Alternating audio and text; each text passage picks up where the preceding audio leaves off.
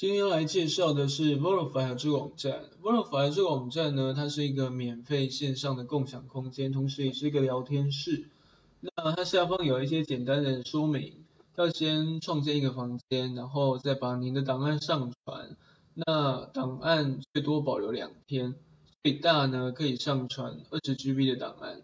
那只要把你的房间的网址分享给你的朋友还是同事，他们就可以进入这个房间，然后去下载您上传的档案，同时他们也可以上传档案，然后做分享。那创建好房间之后呢，我们要先为房间命名。我们一定要先做房间命名的动作，不然右边的上传档案功能是不会给你使用的。那左边可以看到是聊天室。那如果我们把我们的网址分享给朋友啊，或者是同事、其他人，那他们就可以进到这个房间里面了。那这里可以做一个聊天的对话，那他们也可以上传档案。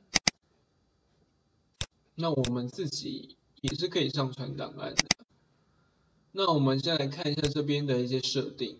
这里呢可以做一个房间名的更改，或者是你要为你的房间加上密码，那或者是变更你的房间网址，然后这里是复制你的房间网址。那还有一些细微的设定，但是这里可能都要有会员，注册会员才能使用。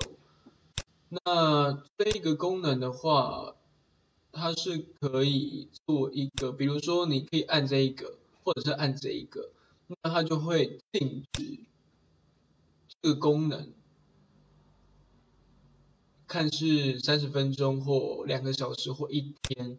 那如果比如说像我禁止30分钟好了，那它的功能就会被禁止，比如说它可能要在发言。它就会显示你的功能被禁止了。那要解除的话，就只要按这一个，这里就会显示说还要剩多少时间解除，或者你可以直接解除掉。那这里细微的话，你也可以把你的管理员的权限给别人，但是就是前提可能要有会员，因为如果你直接给别人的话，比如说我设定这样子，然后储存。他就是找不到这个人，所以基本上要有登录去注册会员才有办法做到。那如果要登录会员这边可以选择，或者是你可以再创建一个房间或回到首页。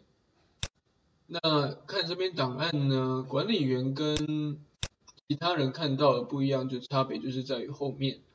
前面呢可以做下载，那后面这里的话就是一样，就是有删除的动作。然后一样有一些静止的动作。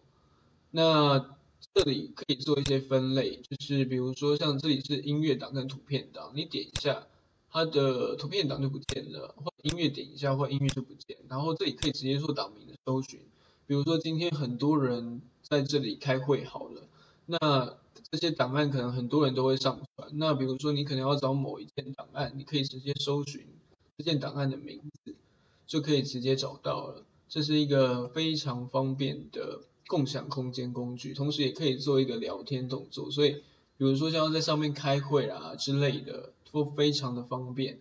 那这个网站呢，就为您介绍到这里，谢谢。想找实用资讯，就来伴你左右吧。